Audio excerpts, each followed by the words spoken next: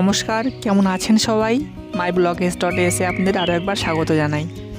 আজকে শুক্রবার আর এখন বাজছে প্রায় 1টা। সকাল শুরু হয়েছে অনেকক্ষণ আগেই, কিন্তু সকালবেলা থেকে সেরকম ভিডিও করিনি। একটা জায়গায় যেতে চাইছিলাম অনেকদিন ধরে, তো সেরকম যাওয়া হচ্ছিল না কাজের চাপের জন্য। তো চলেন আজকে সেই জায়গাটাতে যাব। তো যাচ্ছি যখন, তখন ভাবলাম যে আপনাদেরকেও তাহলে সঙ্গে নিয়ে নিই। আর এদিকে একটা কথা শুনে এসেছি ছোটোবেলা থেকেই, যে সরস্বতী পূজার আগে কুল খাওয়া কোনো সময় যাবে না। তো এদিকে সরস্বতী পূজা শেষ, সেই জন্য আজকে যাচ্ছি কুল কুড়াতে, মানে কুল পাড়তে। তো আমাদের বাড়ি থেকে প্রায় অনেকটাই দূরে, এই রেল লাইনটা ধরেই যেতে লাগবে প্রায় 10 মিনিট। এবার 10 মিনিট যাওয়ার পরে তারপরে আসবে কুলের সেই বাগানগুলো। তো ওখানে অনেকগুলো সারি সারি কুলের গাছ আছে। এর আগের বছরও গেছিলাম আমরা সবাই মিলে, তো ওখানে খুব সুন্দর কুল পাওয়া যায়। তো সেই জন্যই সেখানে যাওয়া। তো চলেন সেখানে যাই। আর দেখেন, প্রতিদিনের যাওয়া আসা রাস্তাগুলো মাঝে মাঝে এত সুন্দর দেখতে হয়, তো তখন দেখে মনে হয় যে না, একটা অচেনা জায়গায় চলে এসেছি। তবে আমাদের গ্রামের দিকের দৃশ্যটা প্রায় অনেকটাই সুন্দর। আমরা জানি যারা গ্রামে বাস করে তারা গ্রামেরটাকে ভালো করে দেখে না কোনো সময়, কিন্তু গ্রামের মধ্যে অনেক সৌন্দর্য লুকিয়ে আছে। আমরা বাইরে যাই ঠিকই সৌন্দর্যটা দেখতে, তবে বাইরে যতটা সৌন্দর্য আছে আমাদের নিজেদের মধ্যে বা নিজেদের গ্রামের মধ্যেও সেরকমই সৌন্দর্য লুকিয়ে আছে। খালি আমাদের দৃষ্টিভঙ্গিটা পাল্টাতে লাগবে সেই সৌন্দর্যটা দেখার। তবে চলেন, প্রায় অনেকটাই চলে এসেছি, আর খানিকক্ষণের মধ্যেই সেখানে পৌঁছে যাব। আর এদিকে দেখেন সূর্যের আলো দিকে মাথার উপর ঝলমল করছে, আর এদিকে চারদিকে সবুজময় হয়ে গেছে চারদিকটা, আর এত সুন্দর দেখতে হচ্ছে। এখানে প্রায় আসা হয় জানেন, এমন না যে আসা হয় না, তবে প্রায় আসা হয় এখানে। কিন্তু এই মাঝে মাঝে এই দৃশ্যগুলো, প্রাকৃতিক দৃশ্যগুলো এতভাবে চোখে বেঁধে, তো তখন মনে হয় যে না, একটা অচেনা জায়গায় চলে এসেছি। তবে চলেন, গল্প করতে করতে চলে এসেছি ওই যে সামনের ওই জঙ্গলটা দেখতে পাচ্ছেন, ওখানেই যাব। তো ওখানে প্রায় অনেকগুলো, ওখানে প্রায় ম্যাক্সিমামই কুলের গাছ সব। তো অনেক ভালো ভালো কুলের গাছ সেখানে আছে। তবে সেখানে কুলের গাছগুলোর মধ্যে কিছু কিছু খারাপ কুলের গাছও আছে, কিন্তু ম্যাক্সিমাম যেগুলো আছে সেগুলো সব ভালো কুলের গাছ। তবে চলেন ওখানে যাই আগে। 1 বছর আগে এসেছিলাম, তো এবছরে কী খবরাখবর সেটা কিছুই বলা যাচ্ছে না না গেলে।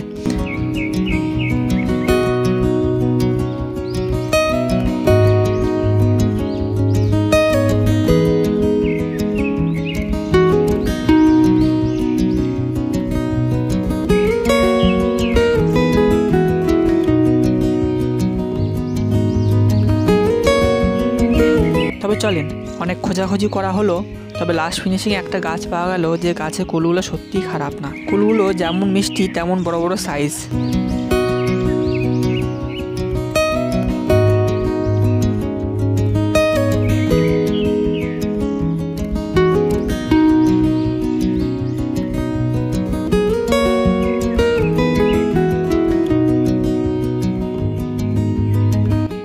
তবে চলেন, সবাই মিলে কুল পাড়তে স্টার্ট করে দিয়েছি।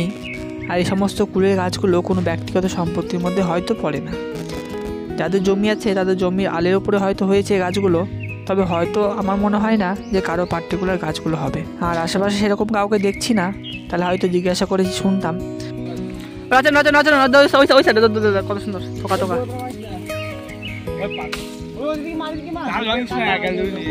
ওপরে ওপরে ওপরে।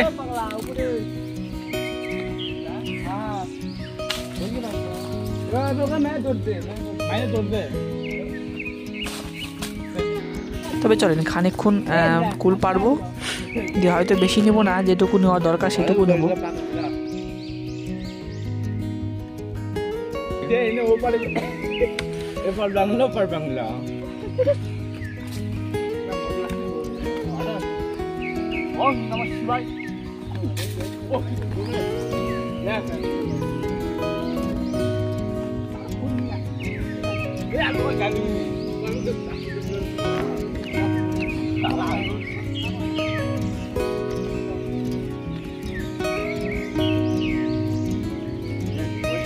তবে চলেন, এভাবে যে কুলগুলো পারছি সেটা শুধুমাত্র যে বাড়ি নিয়ে যাওয়ার বা খাবার সেটা উদ্দেশ্য নয়, উদ্দেশ্য একটা অন্যরকমও আছে। তো ছোটোবেলায় যখন কুলের সিজন আসতো, তো সেই সিজনে সমস্ত বন্ধুরা একত্রিত হয়ে চলে যেতাম কুল পাড়তে।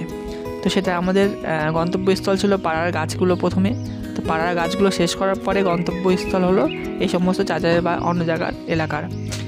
তো অনেক মজা হতো। তো উদ্দেশ্যটা হলো এটাই, যে ছোটোবেলার মজাগুলো সেটা এখন বড় হয়ে কতটা পাওয়া যায় সেটা হলো একটা উদ্দেশ্য। তো যাই হোক চলেন, অনেকগুলো কুল পাড়া হয়ে গেছে এখন। তো যে কটা কুল পাড়া হয়ে গেছে একটা ব্যাগে করে ভরে নিয়ে এখন বাড়ি নিয়ে যাব। এগুলো শুকিয়ে ভালো করে আচার করে হয়তো খাবো।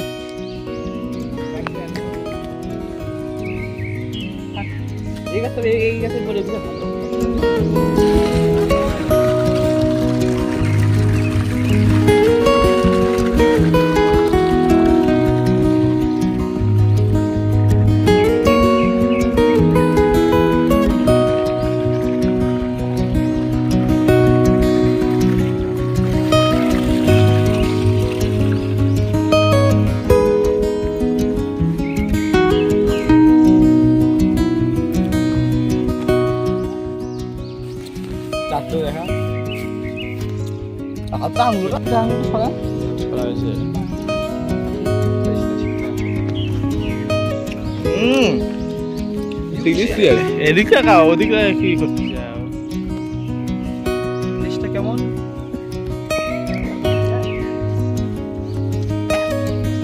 তবে চলেন, মোটামুটি কুল খাওয়া হয়ে গেছে, আর যে কটা নেওয়ার ছিল সব নেওয়া হয়ে গেছে।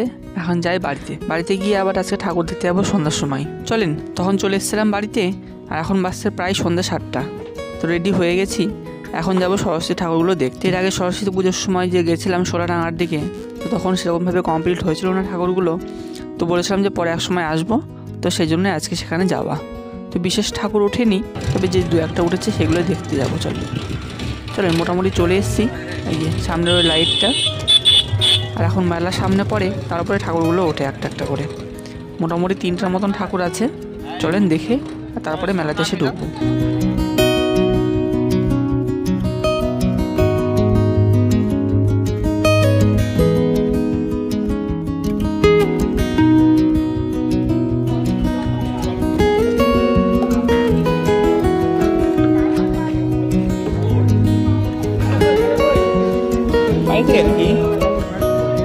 ভেতর ঢোকা যায় না?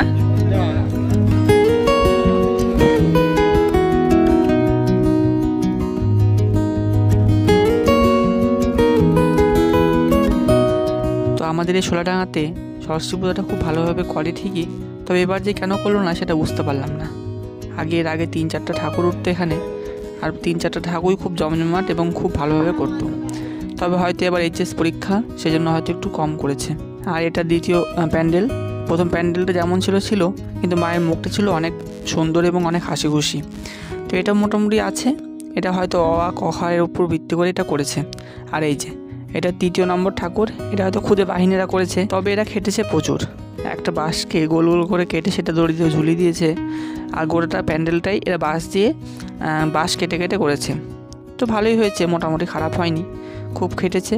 আর দেখেন এই বাঁশের গোলগুলো কেটে এখানে ঝুলিয়ে দিয়েছে দড়ি দিয়ে, তো ভালোই লাগছে মোটামুটি। তবে চলেন, এটা 4র্থ নম্বর ঠাকুরের প্যান্ডেলটা চলে এসেছি, আর এটাই মোটামুটি ভালো করেছে একটু। সোলাডাঙ্গার মধ্যে এটাই এবার ভালো করেছে, তো বেশ গুহার মতন করেছে। চলেন ভেতর দিকে যাওয়া যাক, দেখা যাক কি করেছে।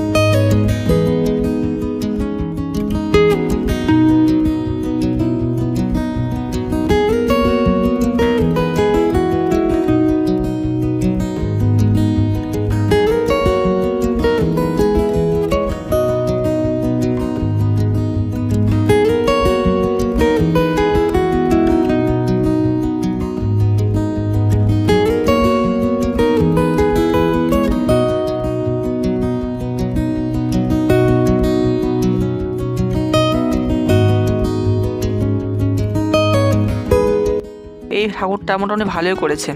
ঠাকুরের পাশাপাশি একটা সুন্দর করে লাভের মতন করেছে, তো এখানে সবাই ছবি টবি তুলছে।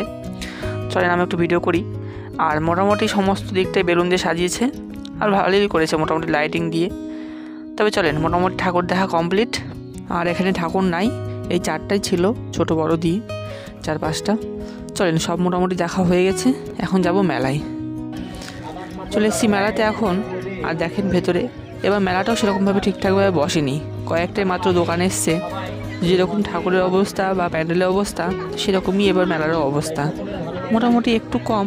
প্রতিবার যেমন হয় সেরকম হয়নি এবার কোনো কিছুই। সারা জীবন ধরে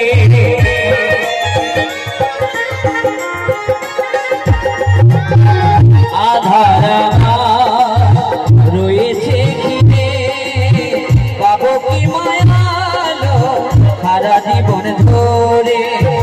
অধম কি প্রেম কহে গানের মালা হয়ে, অধম কি প্রেম কহে গানের মালা হয়ে, তব কবে রব ভুলিয়া। সঙ্গীত জানে না করি যে সাধনা, ছড়ি দাও কণ্ঠ ভরিয়া গোনা, ছড়ি দাও কণ্ঠ ভরিয়া। ওগো সরস্বতী মা,